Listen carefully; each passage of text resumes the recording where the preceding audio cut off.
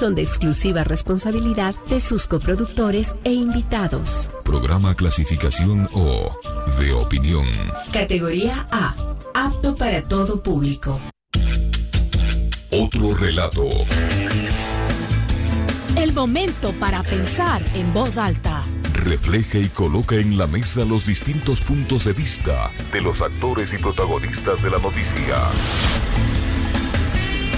La disputa con la realidad. El sentimiento para conectar. Otro relato con Orlando Pérez. Bienvenidos.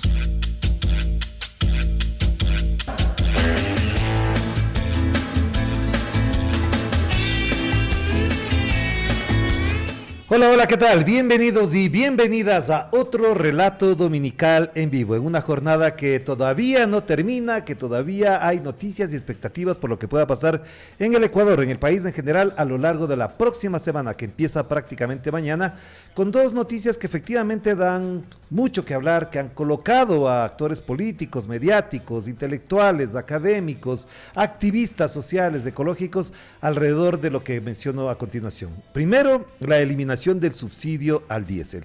Noticia que efectivamente sorprendió a todos la noche del viernes pasado.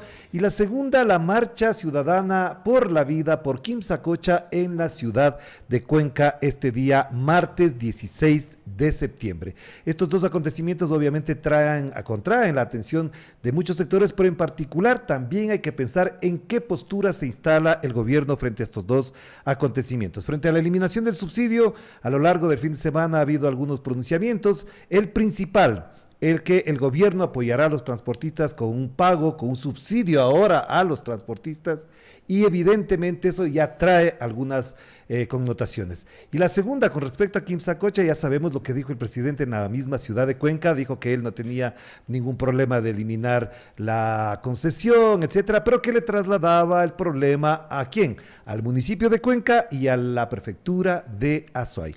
Eso efectivamente traerá también alguna conversación pública, y aquí en Radio Pichincha estaremos pendientes porque haremos una cobertura especial el próximo 16 de septiembre. Pero la noticia dura, fuerte, que además ya ha desarrollado la dinámica mediática de los medios de comunicación aliados del gobierno, los voceros oficiosos y oficialistas, alrededor de que ya era hora de eliminar el subsidio al diésel. Durante 50 años hemos tenido que regalar eso, pero la medida no es tan fácil.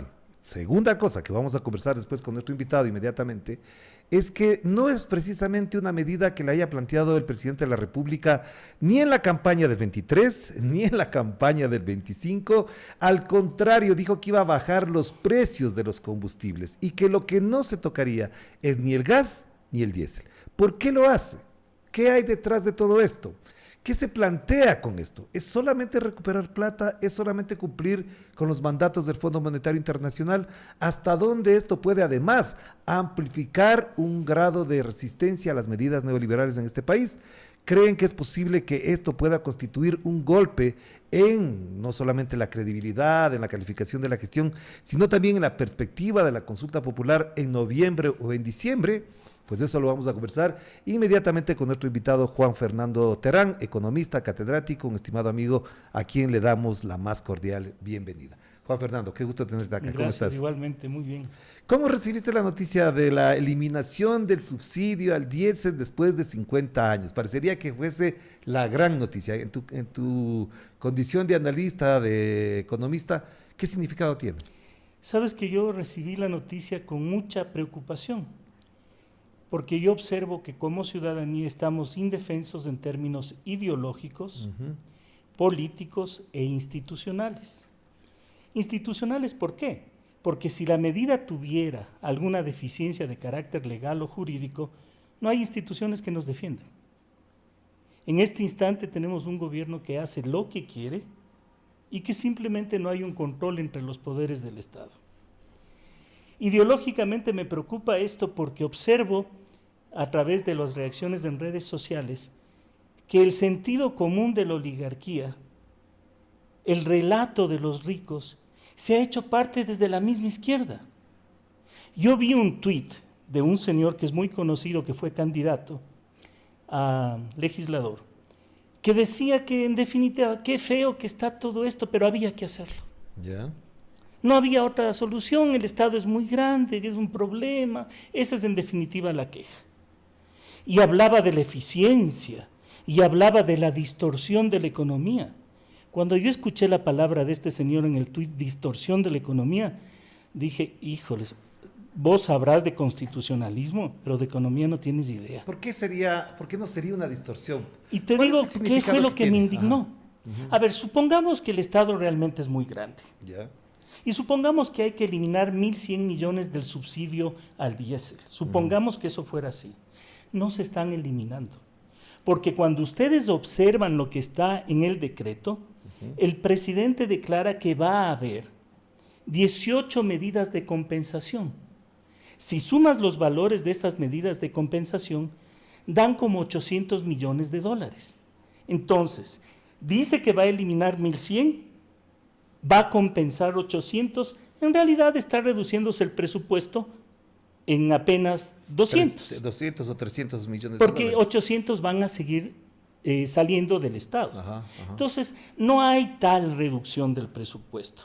Primero que eso quede claro. Ya. Revisen las cifras, por favor, observen y entiendan lo que está pasando.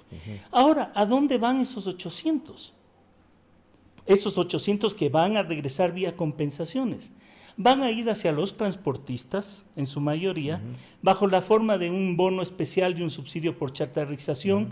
Va a ir supuestamente a los jubilados para el pago del IVA, que les tienen que devolver, y va a ir supuestamente para el bono de solidaridad. Mira, solamente te interrumpo porque en la pantalla tenemos a Juan Fernando para que nos acompañe en nuestra audiencia. Dice que se producirá un escudo social, ninguna familia puede quedar atrás. Desde el 1 de octubre, es decir, en poquísimos días, 55,000 nuevas familias, no sabemos de dónde estarán esas nuevas familias, que hoy viven en situación de vulnerabilidad, recibirán el bono del desarrollo humano. Son hogares que ahora tendrán un ingreso mensual seguro para sostenerse con dignidad. Esta es una cosa que le llaman ahora escudo social. Y la otra es con nuestros adultos mayores cumplimos desde hoy mismo, es decir, esto es del 12 de septiembre, la devolución del IVA que llegará de forma directa a 115,000 beneficiarios con una inversión de 130 millones. Asimismo, se destinarán 80 millones para la devolución del IVA a los constructores de proyectos inmobiliarios. Ojo con este detalle. No me quiten la pantalla anterior, por favor, porque no terminaba eso.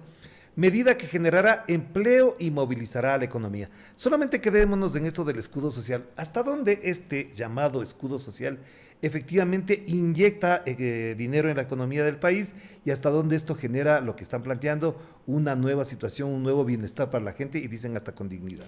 Retomo rápidamente, no hay ninguna reducción de 1.100 millones. Ya.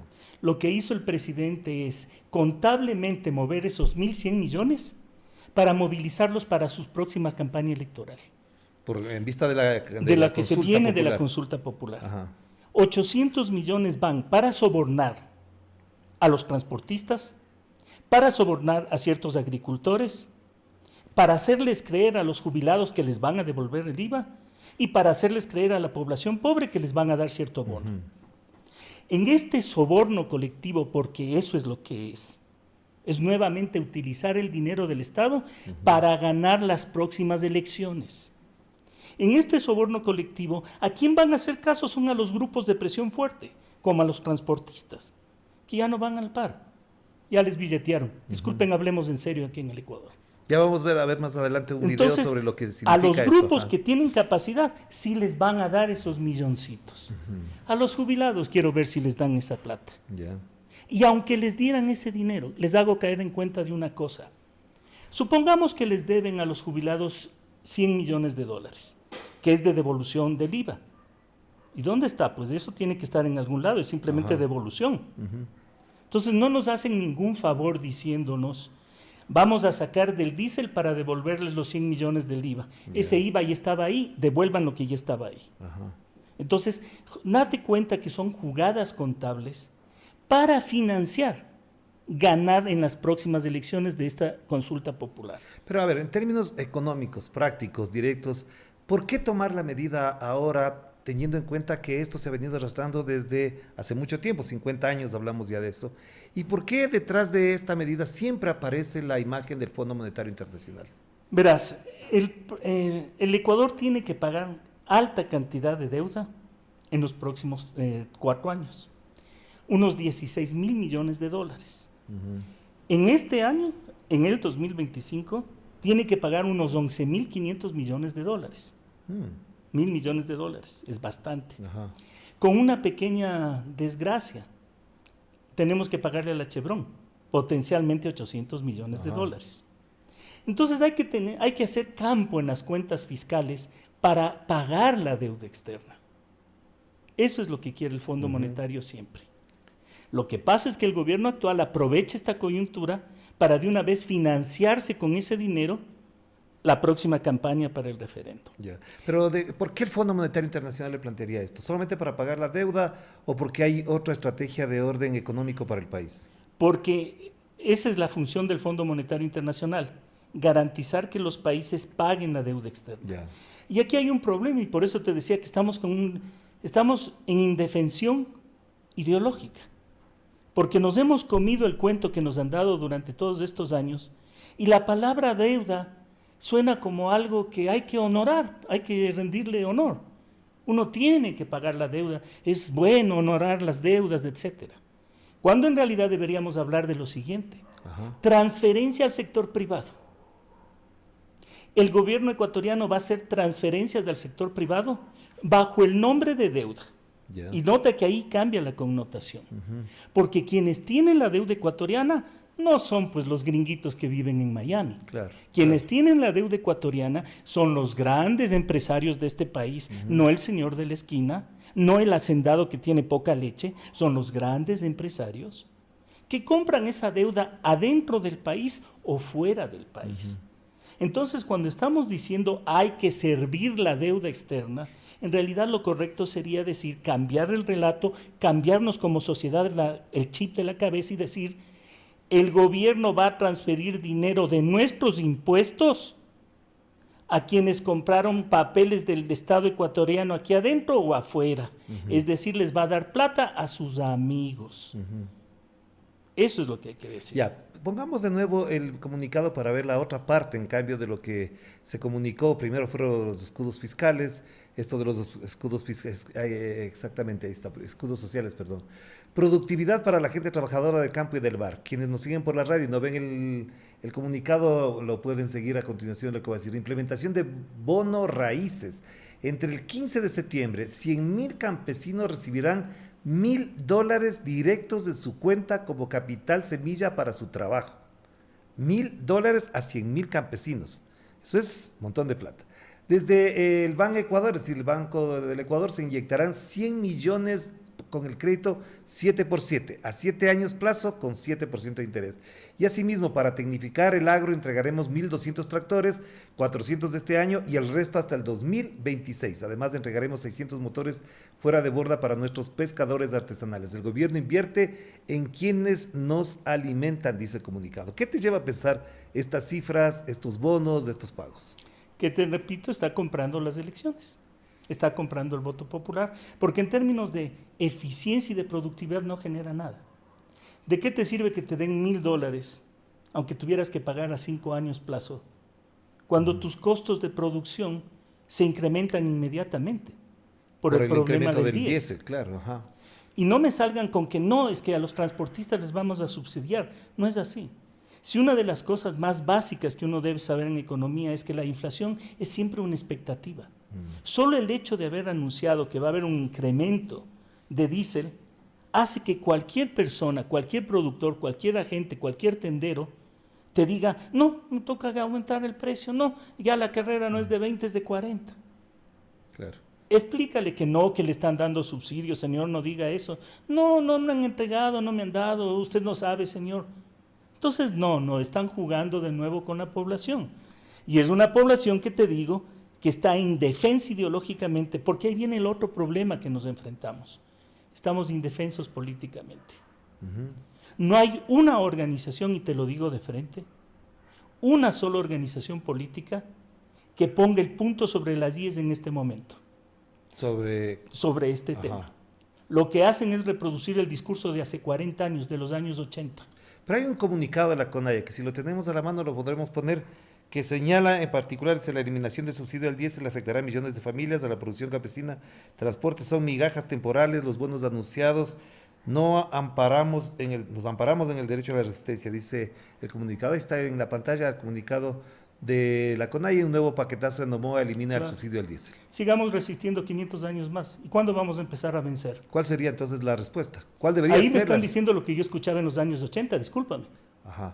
Cuando lo que se necesita es una organización política que este rato diga, a ver, el problema de todo esto es la transferencia de dinero del Estado, el Estado que le cobra a usted, señor, impuestos, de estar transfiriendo sus impuestos hacia el sector privado vía deuda externa. Hoy es el momento de que el país y una organización política ponga claramente el punto sobre la I y diga que no se debe pagar la deuda externa, porque en realidad no es deuda externa, es transferencia de dinero a los sectores de poder del Ecuador. Hoy se necesita una organización que tenga la claridad y la sencillez política para expresarse con las palabras adecuadas, más bonito que yo, para decir cosas como las siguientes. Ya se necesita en este instante darse cuenta de que los tenedores son locales y de que nos están conduciendo a un desbarajuste del Estado para solo pagar deuda externa, que es lo que quieren hacer. Entonces, eliminan la educación, eliminan la salud, eliminan el dinero que pueden utilizar para otras cosas, para el diésel. Quieren privatizar una serie de cosas, lo que se viene después es la privatización del IES. ¿Todo para qué? Para que el Estado funcione como caja de transferencia de lo que recolectan en la sociedad en impuestos para pasarles a los tenedores de bonos. Desmontar ese discurso implica decir cosas como las siguientes. No me vengan con el cuento de que se necesita traer inversión extranjera. La inversión extranjera da risa en este país. 127 millones de dólares en el último año. En este país solo han existido 2 momentos de gran inversión extranjera. Y ya dejemos de creer en cuentos. En 1973, con el primer boom petrolero, y en el 2010, en el gobierno de Rafael Correa. En esos 2 momentos fue la mayor nivel de inversión, superó los 1.000 millones de dólares. Los 1.000 millones de dólares, 1.100, 1.200. De ahí es hacia abajo. Es en picada la inversión extranjera. No importa si es gobierno de derecha, de izquierda, de centro, creyente, no creyente. No viene la inversión extranjera. Pero tampoco hay inversión interna, tampoco hay inversión extranjera. O sea, porque hasta ahora no hemos visto inversión del Estado, es decir, cuando el Estado invierte. Y eso también se necesita un partido político, una organización política, que no me venga con el discurso de los años 80 de resistir, sino con un discurso de vamos a vencer, con nuevas medidas, como por ejemplo, asumamos que este ya es una narcoeconomía, pues. ¿Y qué implica que sea una narcoeconomía el Ecuador? Porque ¿por qué no hay inversión extranjera? ¿Y por qué no hay inversión directa local? Porque el Ecuador funciona como un punto de pase del dinero de la droga vía Panamá, que ya no es paraíso fiscal, gracias a este gobierno, hacia Estados Unidos. Entonces, ¿para qué van a invertir si las oligarquías y los grandes grupos de poder ya están dedicados al negocio también? Pues? En el último año, ¿dónde hubo inversión extranjera? E inversión local, doméstica, formación bruta de capital fijo se llama. En la minería y en la agricultura. ¿Por qué en la minería? Obvio, porque quieren destrozar este país, sacar toda la minería a vida y por haber. ¿Y por qué en la agricultura? Porque es la fachada para el negocio, pues. Resulta que nunca vienen los extranjeros al Ecuador y ahora sí vienen a invertir en agricultura. Qué sorprendente, ¿no? Pero, Juan Fernando, yo no he visto más producción de banano, más producción de café, de comida. Están creando fachadas. Se necesita ya una organización política, repito, que no piense en resistir, sino en vencer. E implica tomar el toro por los cuernos y hablar de deuda externa y de una narcoeconomía con un narcoestado. Ya, pero digamos que voy a hacerme de abogado del diablo. La Revolución Ciudadana ha estado planteando estos temas. Pachacuti, lo que queda de Pachacuti, la CONAIE ha estado planteando estos temas. De alguna manera, incluso hasta el Partido Social Cristiano, que valga la pena mencionarlo, ha planteado incluso otras opciones de consulta popular. 3 preguntas muy coherentes. Exacto. Entonces, fuerzas políticas hay. lo que la gente siempre pone por delante es que hay miedo, represión, persecución. Acaban de prácticamente destituir a una jueza por solamente ponerle en su lugar a la fiscalía, pero también hay unos factores de miedo, hay un estado de excepción, hay una ley de inteligencia, hay todo un aparato político-militar al servicio de estos intereses. Entonces, ¿de qué manera entender que esto se ha ido construyendo de tal manera que se bloquea la posibilidad de resistencia o de triunfo como tú planteas? Es que no va a haber ningún triunfo de las fuerzas populares cuando ya está la leche mojada, pues. O derramada. Derramada. Ajá. Debían haberse planteado esto no a este instante. Pachacutic y la CONAIE debían haberse planteado esto en las elecciones pasadas. Claro. Ajá. No me vengan con cuentos, señores. No estaríamos aquí si no fuera por ellos, y lo digo de frente. Por Pachacuti Y la CONAIE. Y ahora me salen con el cuento de que hay que resistir y movilizarnos a las calles para repetir un 2019 que no sirvió para nada. ¿Lo digo yo o lo tiene que decir alguien más? Yeah.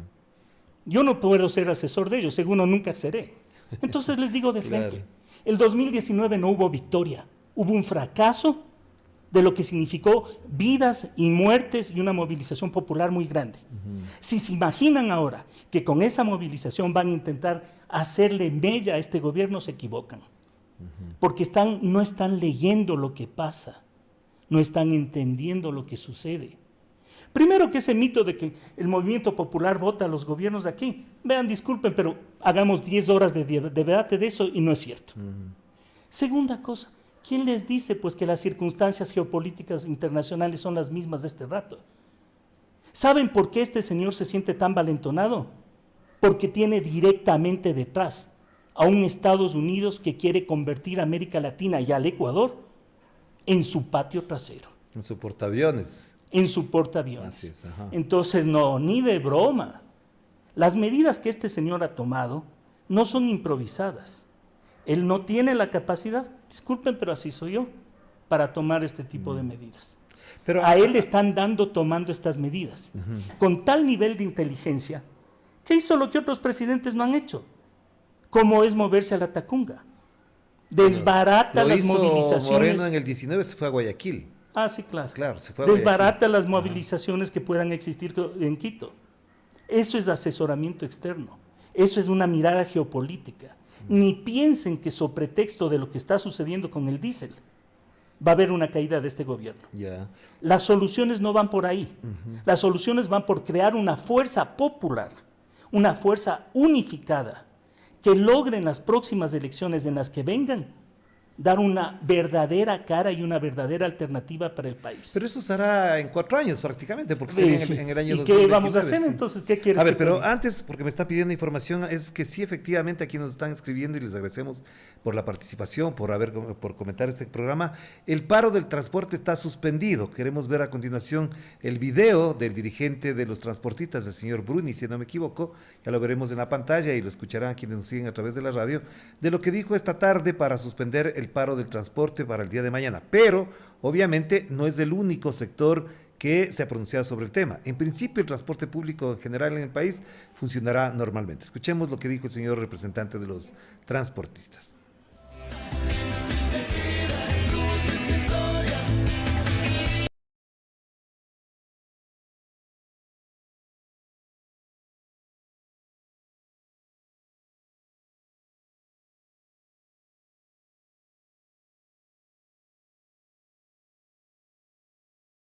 En aras de no complicar la movilidad del transporte y un compás de espera, se suspende la medida temporalmente mientras generamos mesas de trabajo, las cuales van a demostrar el impacto sobre la canasta básica del transporte, ya que no es solo combustible, sino es todo lo que necesitan las unidades para movilizarse y lógicamente el impacto social que vendrá luego. En tal sentido se va a trabajar a partir del día lunes en mesas de trabajo y vamos a definir el verdadero impacto, lo cual se transformará en una forma monetaria. ¿Ustedes van a insistir en que se incremente el cupo de estos 1,000 galones de los que se hablaba en las reuniones?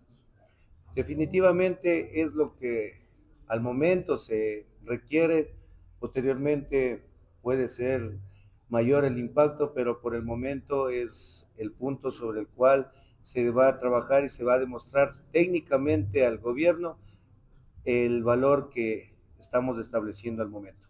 ¿Y qué decirle a los transportistas, no solo de Pichincha, sino del Ecuador, que estaban pendientes de la decisión que se tome acá? Un poco, ¿cuál es la decisión política? Porque muchos sí esperaban la paralización del servicio, como lo mencionaron ayer o como se mencionó en otras provincias.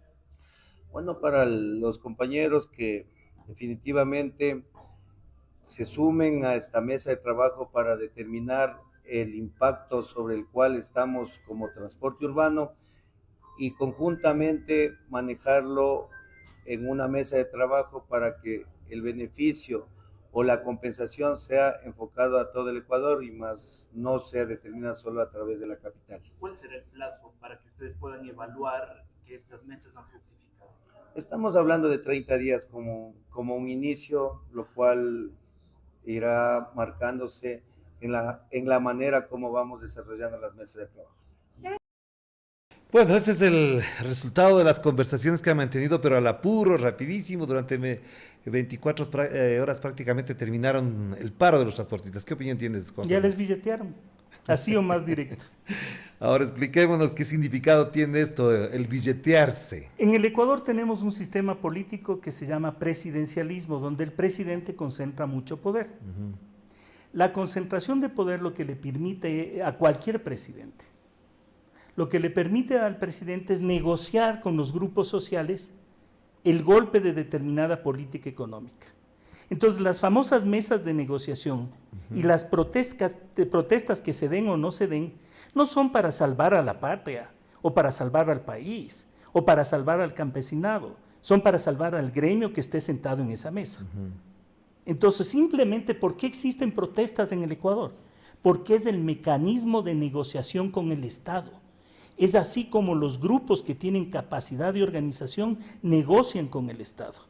No están defendiendo la gran patria latinoamericana, no, están defendiendo su interés particular. Ajá. Eso es lo que hacen y eso es lo que Ya, pero quieren Juan hacer. Fernando, escuchemos el testimonio, si lo tenemos a la mano, el testimonio de un transportista que explica muy básicamente y muy pedagógicamente el impacto que tiene en el trabajo que él desarrolla, en la gestión que él hace con su transporte que consume diésel. Y esto trasladado al consumidor final va a tener su impacto. Entonces, si tenemos a la mano, lo colocan por favor para escuchar. Cuénteme cómo le va a afectar a usted como transportista el incremento del diésel por la eliminación del subsidio. Obviamente que nos va a afectar por el hecho de tener un costo más alto en la materia prima que se nos convierte el combustible. Y aquí en adelante obviamente lo que nosotros pediríamos, ni paralización ni nada, sino tan sencillamente pedir el 50% del alza en todas las mercaderías a nivel nacional y que se regule eso. Por ejemplo, ¿usted con cuánto cargaba de diésel su camión y ahora con cuánto se va a llenar? Dependiendo, ponía $80 ponía. Obviamente que hoy tengo que poner alrededor de unos 120 a $130. Ya, ¿y usted qué productos suele traer o desde qué provincias trae? Nosotros nos movilizamos en una ruta, en una frecuencia, Quito-Guayaquil, Guayaquil-Quito. Ya, y por ejemplo, un flete, ¿cuánto cuesta y a cuánto va a subir? Obviamente que anteriormente costaba alrededor de aquí de Quito a Guayaquil, alrededor de 220, 250, 200, dependiendo qué tipo de carga lleve. Y obviamente el retorno costaba de alrededor de 350. Esos son los valores anteriores. ¿Y más o menos a cuánto subiría ahora? Yo pienso y estimo que tiene que subir es un 50% de los valores que estamos hablando, porque nos están subiendo más del un porcentaje elevado sobre el valor que se manejaba de los combustibles. Ya, listo. ¿Cuál es su nombre, por favor? Aníbal Pozo. Muy gentil. Gracias. Ese es el testimonio. Efectivamente, él da cuenta de lo que significa en la práctica, en la concreta, cuando se ve el día a día el incremento del diésel. ¿Cómo entonces esto redunda en la cadena de distribución, de comercialización, de producción? Esto que acaba de señalar este chofer. Por supuesto que va a haber impacto económico, sería ridículo negar eso. Pero el problema es que la población, y esto también no debemos negarlo, la población lo que dice es, así mismo es. como vive metida en el discurso que le vota el discurso dominante, ya se ha hecho parte de la naturaleza decir, sí, pues subieron las cosas, así mismo es. Hay que trabajar más, así mismo es. Cuando la población lo que necesita es una conducción política e ideológica que le haga ver que no es que así mismo es, puede haber otra forma de que las cosas sean diferentes. Esto no es natural, esto no es que así mismo es. Se necesita entender que sí pueden haber alternativas y una de esas primeras alternativas es cerrarles las llaves del dinero a los grupos de poder que a través de los impuestos nuestros cobran la supuesta deuda externa y se llevan los bolsillos. Si no hubiera el problema de la deuda externa, no tendríamos que hacer esto. ¿Por qué esta medida se reduce a la deuda externa? Porque aquí me parece que, voy a insistir en este tema, una de las cosas que se han manifestado y que se han ido gestando como un relato, como una narrativa, como lo quieran llamar, yo le digo, no es ni relato ni narrativa, es el cuento que nos han metido, es que los subsidios son malos. Es decir, tú pides que se le explique a la ciudadanía, a quienes nos escuchan, ¿por qué el subsidio es malo? Ya. Me acuerdo de esto que te decía de este político de izquierda que hablaba de distorsión a la economía. Es como que este señor me dijera que la Constitución es una ley más nomás. Él sabrá de derecho, pero que no se ponga a hablar de otras cosas. Distorsión a la economía. ¿Sabes lo que es distorsión a la economía? Que los empresarios tengan el poder. ¿Sabes lo que es distorsión a la economía? Que los empresarios se borren las deudas que tienen en el SRI y en el DIES. Eso es distorsión en la economía. ¿Sabes qué es distorsión en la economía? Que los empresarios hagan leyes para generar minería donde no deben hacerlo. Eso es distorsión a la economía. Entonces no nos hablen de que esto es para limpiar la economía, que si no hubiera estos subsidios la economía estaría muy bien. No, el problema como sociedad, y eso es lo que ya tenemos que asumir, es que estamos en una narcoeconomía donde a los grupos que controlan el poder no les interesa la producción, les interesa otras cosas. Y en ese contexto, lo único que quieren hacer es sacar dinero de la población para hacer sus negocios particulares. Pero insisto en la pregunta, ¿por qué el subsidio es bueno? Pongámosle del otro lado. ¿Hasta dónde se justifica socialmente el subsidio? Porque no es el único país que paga subsidios. No ha habido solamente en Ecuador, en América Latina, en los países socialistas, el primero en distorsionar la economía Europa. Es Estados Unidos. Y hacia allá vamos a hacer Estados Unidos, donde no tienes educación, no tienes salud, ya acabaron el Ministerio de Educación, no tienes educación, no tienes salud, y el dinero que recopilan de la gente es para las guerras. Hacia allá vamos. Pero aquí será el dinero que recopilen de la gente para pagar la deuda externa. Pero ¿por qué se justificaba el subsidio en todos estos años? Es decir, había una razón de fondo, no es que estaba... La razón de fondo es intentar mantener costos de producción. Eso es lo que se intentaba hacer. Pero ya qué sentido tiene en una economía cuando tú eres el gran productor, ya tu negocio no es productivo, tu negocio tiene que ver con lavado de dinero y con droga. Eso es tu negocio como gran productor, como gran empresario de este país. Entonces ya no te importa mantener costos de producción. Por eso es que ya no les importa tener educación ni salud. Y eso es lo que el ecuatoriano no se da cuenta. ¿Cuándo se necesita una población con educación? Cuando vas a ponerte una fábrica, pues. Ahí necesitas un trabajador que sepa sumar y restar. Pero cuando vas a cargar sacos con droga no necesitas nadie que sepa leer ni escribir. Entonces estamos en una etapa de transición en la cual las élites están tomando este momento como un momento de reconversión hacia totalmente una narcoeconomía, donde no tenga sentido una serie de cosas. La seguridad social es otra. ¿De qué te importa la seguridad social cuando tu negocio no está aquí adentro? Ese es el problema que tienes. Entonces, no se trata de defender a los subsidios o no defender a los subsidios. Eso es discusión de los años 80. Eso es pensar que el problema es subsidios más o subsidios menos. Como la guerra de los 4 reales. Por favor, 1979 y seguimos en lo mismo. Y pensando que ahora sí en las calles le paramos. No. Aquí estamos en un proceso de reconversión que es gravísimo. Porque nos deja la mayoría de la población fuera de la jugada. Y ese es el problema. Ahora, además, para información a nuestra audiencia, la Federación Nacional de Cooperativas de Transporte Público de Pasajeros del Ecuador convocó a una asamblea general para el lunes 15 de septiembre del 2025 con el fin de analizar la eliminación del subsidio. No sé si sobre esto tenemos un testimonio, si lo ponemos a continuación para tener la información. Además, hace un llamado a los directivos y socios de sus filiales para que no se registren en el enlace del Ministerio de Transporte hasta tener una resolución oficial. Ahí está el comunicado de la FENACOTIP, la Federación Nacional de Cooperativas de Transporte Público de Pasajeros del Ecuador, que está planteando este tema. Y además teníamos un testimonio que lo queremos poner a continuación. Adelante.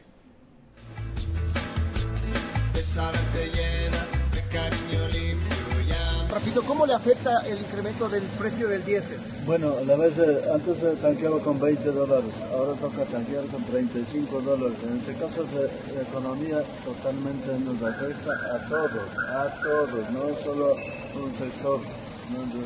Obviamente la economía se mueve con base del diésel, entonces nos afecta totalmente. ¿Va a subir el precio de los fletes? Los fletes obviamente al momento no quieren nadie subir ningún precio, estábamos cobrando, sin embargo, poco cómodo, pero ahorita no nos quiere pagar, estamos afectados totalmente, ¿sí? Este es otro testimonio más, pero la postura de los transportistas podría ser también un detonante político, ¿crees tú? Independientemente de que en este país no ocurren las cosas como ocurrían antes, es decir, apenas subía el gas, se cayó Bucaram, apenas se planteó también la misma medida en la época de Magua, también pasó lo mismo, y de la luz, etcétera. ¿Cómo entender que en esta lógica y en esta dinámica político-social el sector del transportista puede ser un detonante de algo mayor que ya pasó en el 2019? Lo siento, pero no lo será, y te lo digo dramáticamente. Porque el Ecuador que tenía Maguado, el Ecuador que tenía Bucaram, no era el portaaviones de Estados Unidos. Estados Unidos está de lleno metido en el Ecuador. Ya. Entonces, si se imaginan que va a permitir la más mínima desestabilización seria, se están equivocando, haciendo cálculos políticos errados. Aquí lo que se necesita es construir alternativas de largo plazo, empezando por una reeducación de la población de todas esas cosas que les han metido en la cabeza y que no se pueden desprender. Como por ejemplo, subieron el precio de la gasolina extra, de la super, y mejoró la economía. ¿Se acabaron las distorsiones de la economía? ¿Tenemos más empleo en la economía? No. Subieron el IVA del 12 al 15%. ¿Y tenemos reactivación económica? Se necesita un nuevo partido en este país, o una organización política con capacidad de decir las cosas, como por ejemplo, ¿quién va a creer en estadísticas del Banco Central que cambian de año base cada vez que se les ocurre para hacer aparecer como que han crecido o no ha crecido el país? ¿Cómo va a ser eso un Banco Central? Aquí no nos estamos ubicando en el problema, y el problema es que la población ha tenido una capacidad de acostumbrarse a las cosas y un fatalismo terrible. El así mismo es del ecuatoriano, se ha convertido en la norma.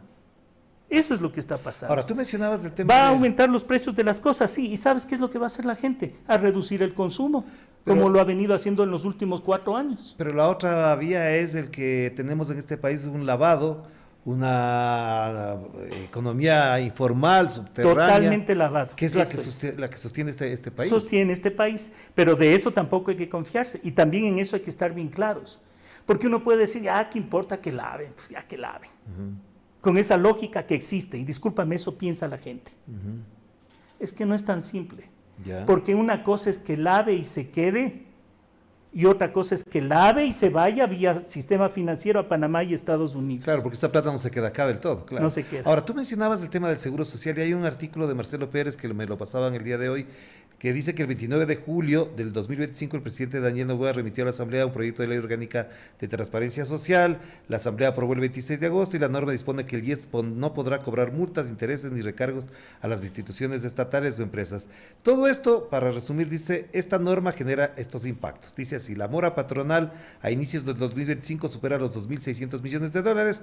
Al momento la condonación de deudas perdonadas por esta ley asciende a $300 millones aproximadamente, y la condonación debilita la liquidez y la sostenibilidad financiera del IES con efectos directos en jubilados, afiliados, reduce los fondos disponibles para pensiones, para pensionados y jubilados también. La siguiente jugada es del IES. Pero ya porque está. Todo lo que están haciendo, y discúlpame, todo lo que ha hecho Noboa lo ha logrado. Y lo siguiente que van a hacer es el IES. Y en esto del IES, lo que no entiende la población que no tiene seguridad, la población que no tiene trabajo, la población que es pobre, no logra articular las cosas, porque no tiene los conocimientos para hacerlo, y disculpen, es así. Pero también es porque los medios de comunicación están le bombardean con ese tipo de cosas. Porque no tienen los conocimientos para hacerlo. vive metida de ese discurso, y en un discurso que se aprende de memoria, como por ejemplo, es que el Correa también dañó al IES, el Correa metió la mano en el IES. Discúlpame, ahora yo te digo una cosa. Caín mató a Abel, ¿no es cierto? Entonces, como Caín mató a Abel, matamos nomás a todo el resto de gente. Sobre pretexto de que los gobiernos hicieron cualquier cosa con en el IES en el pasado, permitamos nomás que hagan cualquier cosa Porque ahorita. tampoco es cierto, ¿no? Ya. Tampoco Entonces, es cierto, porque el IES no es el mismo de hace 10 o 15 años. esa es la lógica. Es que como todos le meten mano, que le metan nomás pues. Y no se dan cuenta de que es que le metan nomás Este gobierno la tiene más clara que muchísimos de los gobiernos anteriores. Ya. Ni siquiera Maguad y todos los tecnócratas de los 90 tuvieron la claridad, el respaldo que tiene desde Estados Unidos, a eso me refiero por claridad, no por su mérito personal, para darse cuenta de cosas como las siguientes. Este rato, lo que se necesita es una privatización y un deterioro del Estado sistemático para facilitar la privatización. Se dañan las carreteras, entonces privaticemos las carreteras. Concesionemos las carreteras. Como ya va a estar libre el movimiento del diésel, ahora sí importemos diésel. Están abriendo en cada jugada espacios para el sector privado.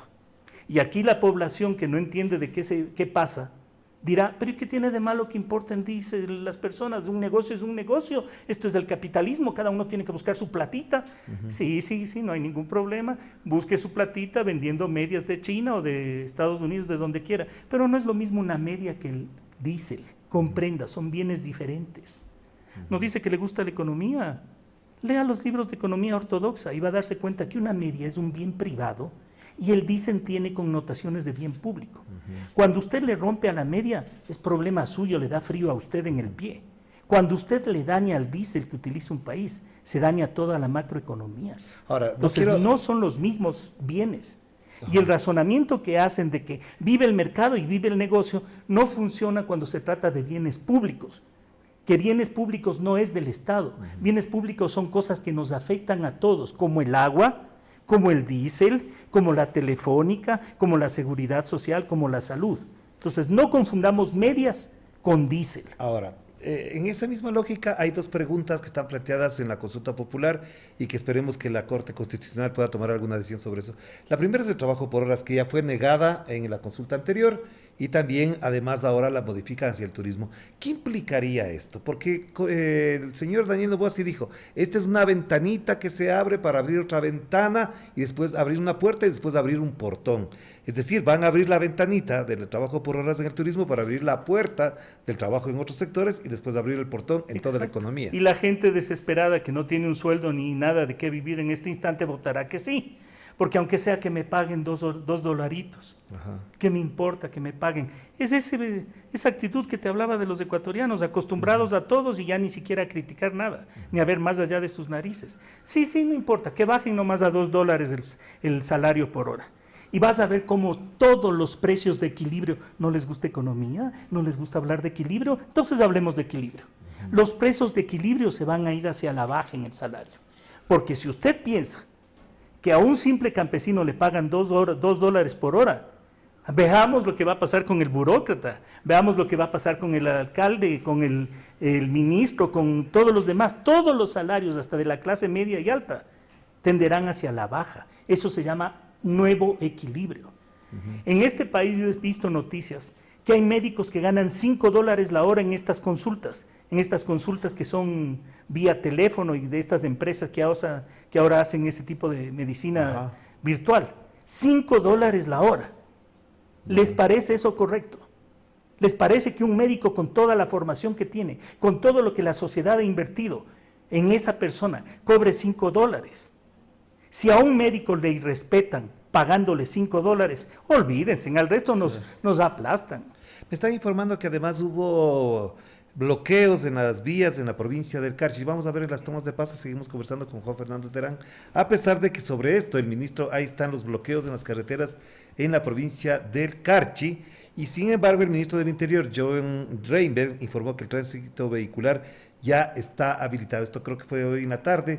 No sé hasta dónde esto, por ejemplo, podrá proseguir, y en la práctica ahí habría una distorsión, digamos, mientras los dirigentes dicen que no va a haber paralización y bloqueos, en la práctica lo que estamos observando en Se las llama pantallas. billeteado, a ellos los dirigen, billetean primero. Claro que sí. Ahora, esta es una de las cosas que quería plantearse, el tema del trabajo por horas. Y el otro es el que planteaban lo de los casinos. Es decir, me imagino que tendrás la respuesta para esto también. ¿Hasta dónde esto va a profundizar más todavía el lavado de activos? Verás, este país yo no le veo salida. Discúlpame, pero no puedo estar fingiendo, yo no tengo aspiraciones políticas. Ya, pero ¿por qué? Y no le veo salida porque las nuevas generaciones que se han perdido en este desgaste del proceso educativo ya no piensan en un ascenso social vía educación, vía méritos, piensan en el narco. Y por supuesto que esa gente sabe este rato que en el país lo que da plata y funciona es el narco. Entonces, si le ponen en este tipo de consultas a decirle si sí o no a esa cosa, van a decir que sí, porque la forma de lavar dinero es esa. Cuando tú vas a jugar en un casino de estos, no sales pues con recibo de dónde traes el dinero. A uno pobre en el banco va a depositar un billete de $100 y te preguntan hasta dónde naciste. Esta gente que va a los casinos va con grandes cantidades de plata y lava ese dinero. Ese es el mecanismo que Estados Unidos ha descubierto. Eso funciona desde los años 30 en Nevada. Esa es la lógica. En Nevada, en New Jersey, en Miami, esa es la lógica. Entonces, esa política es una política para institucionalizar este país como lo que ya es. Ya. Ahora, no quiero dejar de tomar contigo un tema que además, como anunciaba en el inicio, en la introducción del programa, es la consulta, la movilización que se va a desarrollar en la provincia de La Suay, en la ciudad de Cuenca, este día martes 16. ¿Hasta dónde este tema ambiental ha ido calando de tal manera en sectores de diverso orden, de diversa ideología, de diversa postura política, de estratos sociales distintos, que en Azuay, por ejemplo, ha adquirido un peso gravitante y ahora esta convocatoria podría también generar un nivel, digamos, de resistencia a las medidas del gobierno, tomando en cuenta lo que mencionaba el presidente de que no se va a volver a concesionar la minera? Le desaparecieron al Ministerio de Ambiente para hacer esto. Ya. Más claro que eso ya no se puede decir, para hacer lo que quiera con este país. Días atrás yo te compartí un meme vía teléfono en el cual había una imagen del Ecuador, el Ecuador que nosotros conocemos de ese mapa ecuatoriano y un gran hueco de minería. Claro. Ajá. Y que era un anuncio para traer minería del extranjero. Es así como nos ven al Ecuador. Somos un sitio para minería a cielo abierto. Entonces sí es realmente preocupante y grave este asunto, porque no se trata de un problema y eso también tenemos que cambiar el chip, por favor. Ya cambiemos el chip. No es un problema de defender al condorcito, o al pajarito, o a la plantita, porque cuando utilizamos ese discurso, nos ven como románticos e irreales que no servimos para nada. No. El ecologismo que se debe promover es un ecologismo para proteger a los sectores populares y para proteger a la nación en su conjunto. Entonces se protege el agua en Cuenca no por los pajaritos, no por las plantitas, por la gente. Por el agua que es de consumo por el agua humano, que se necesita. También. Porque si el país quiere ser eficiente en términos económicos, les invito a una cosa: hagan transparentes las concesiones de agua a las empresas mineras, hagan transparentes las concesiones de agua a las cementeras, a las empresas grandes de producción agrícola, a las empresas privadas, hagan transparentes esos datos. Años atrás yo estaba haciendo una investigación sobre las concesiones de agua y era impresionante cómo la mayoría de concesiones están en los grandes productores que se llevan el agua. No se llevan los campesinos, no se lleva el bananero, el arrocero chiquito, el papero, no. Quieren eficiencia económica, quieren transparencia al estilo neoliberal, entonces hagan transparentes esos datos y digan quiénes son que están detrás de esto, porque aquí se está jugando todo eso en este gobierno. Y yo no veo que la resistencia callejera con el grito sean suficientes para acabar. Pero a ver, digamos que lo de Cuenca va a tener un impacto, es decir, se han convocado, se han reunido, se han unificado sectores, desde el alcalde, desde el prefecto, los concejales, los cantones. Esto va a tener un impacto de todas maneras, es decir, hay un movilizador que en este caso es del agua para los cuencanos. ¿Crees que efectivamente esto puede conllevar a otras experiencias de esta naturaleza? Sí, entonces que se movilicen súper chévere, súper bien. vayan de casa en casa para desde este instante decir no a todas las preguntas de este gobierno. Ya. Y que de casa en casa esa gente que está en Cuenca escuchándonos se ponga como compromiso parar en Cuenca esa consulta. Y simplemente no. Porque otra de las cosas que el país debería hacer, si tuviera mirada de largo plazo, es prohibir ya las consultas populares, pues. Las consultas populares son formas de aclamar al gobernante de turno. Y le preguntan a la población cosa que la población no entiende. Como que va a entender el significado de lo que se dice en esos anexos. La gente no vota leyendo lo que pasa. La gente vota por lealtades primarias. Entonces ya es momento de parar ese populismo desde los gobiernos, que consiste en afianzarse en una democracia plebiscitaria, salir a las calles para decir, aquí estoy. Debería prohibirse que los gobiernos hagan marchas, todos los gobiernos, todos, porque las marchas en definitiva se pagan con dinero del pueblo. Claro. Entonces, aquí hay una serie de cosas que están distorsionando la calidad de la poquísima calidad de la democracia que tenemos y que la están empeorando. Por ejemplo, toma el caso de las bases de Manta. La gente en su razonamiento que es desinformado, que hay que decir así, pues. Dirá, sí, que aumenten las bases, que aumenten. Con los gringos aquí se mejora la cosa. Y a la gente has de entender que en Estados Unidos los gringos están desde hace 50 años metidos ahí. Tienen 8 bases metidas en Colombia. Tienen 8 bases en Colombia desde hace 50 años. Colombia es su patio trasero, aunque esté el Petro ahí. Pero es su patio trasero, porque si Petro lo hubiera querido les hubiera sacado, pero eso no puede hacer, porque eso ya es bronca directa. Ahí está, 8 bases y es el país mayor productor de coca. Entonces no es que las bases van a sacar a los narcotraficantes del Ecuador. Si quieren hacer una consulta, te digo algo en medio en broma y medio en serio, que pongan bases fuera de cada banco. Bases de fuera de cada uno de los puertos privados. Ahí quiero verles, pues. ¿No quieren los gringos controlar el narcotráfico?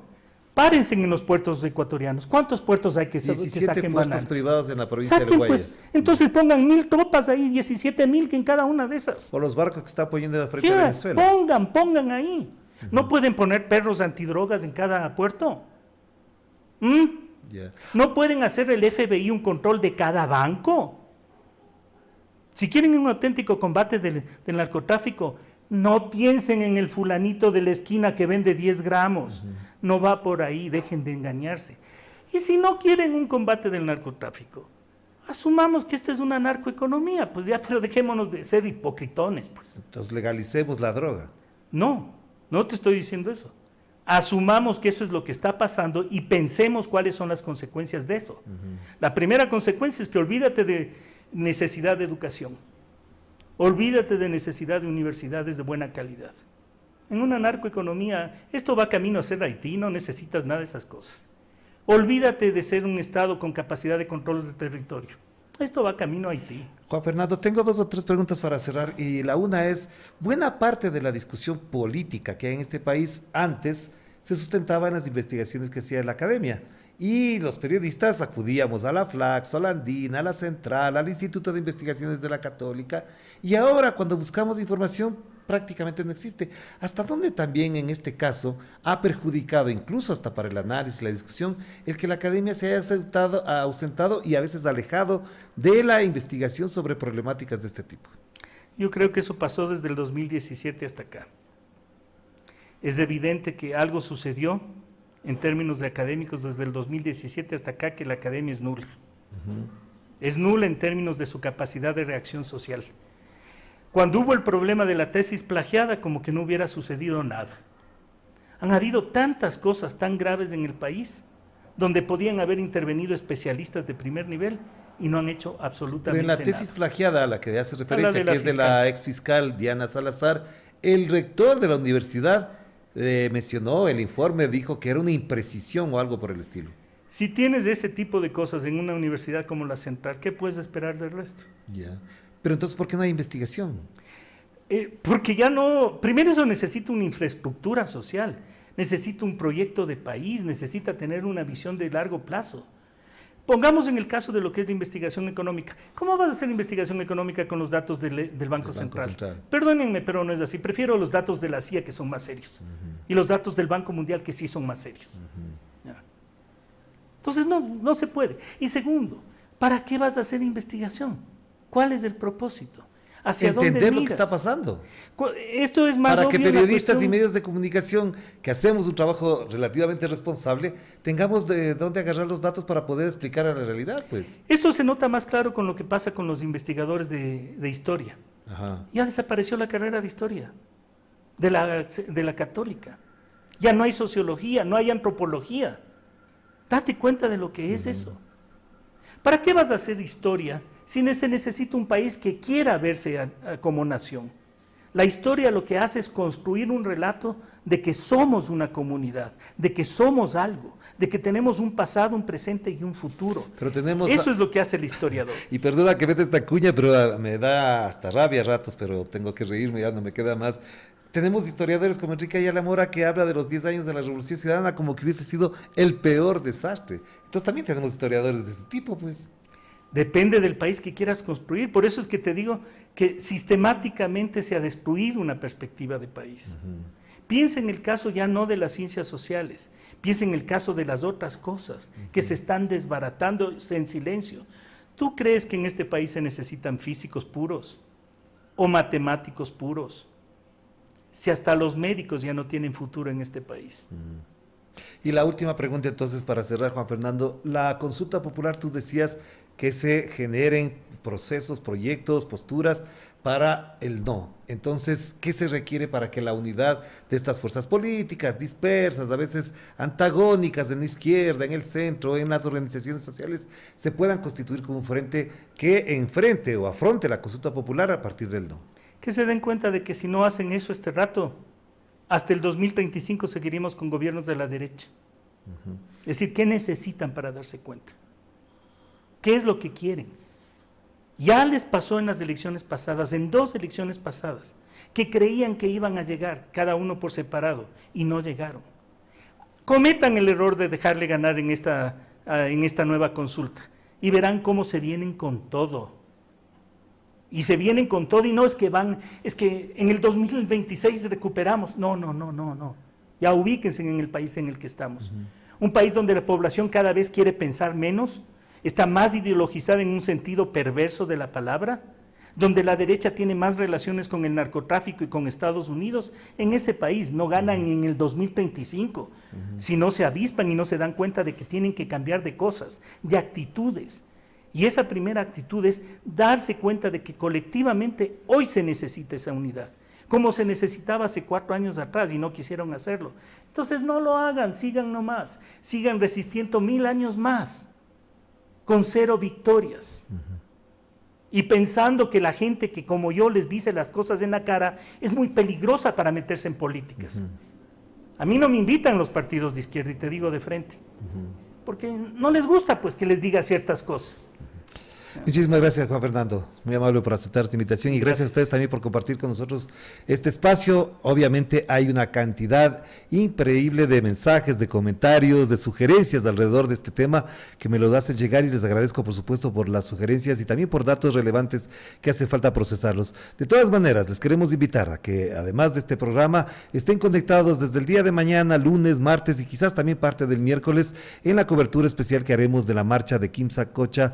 No se toca, uno de los eventos políticos que llamará la atención, sí, que convocará a mucha gente, sí, pero como decía Juan Fernando Terán, también hace falta que sobre eso se tomen decisiones colectivas para afrontar esta difícil crisis que vive el Ecuador, que no se resolverá con una consulta popular y tampoco se resolverá adecuadamente si las próximas elecciones no gana un proyecto completamente distinto al que ha gobernado este país en los últimos 8 años. Aquí estamos, como siempre digo, para pensar en voz alta. Nos vemos entonces. Que la pasen bien. Chao, chao.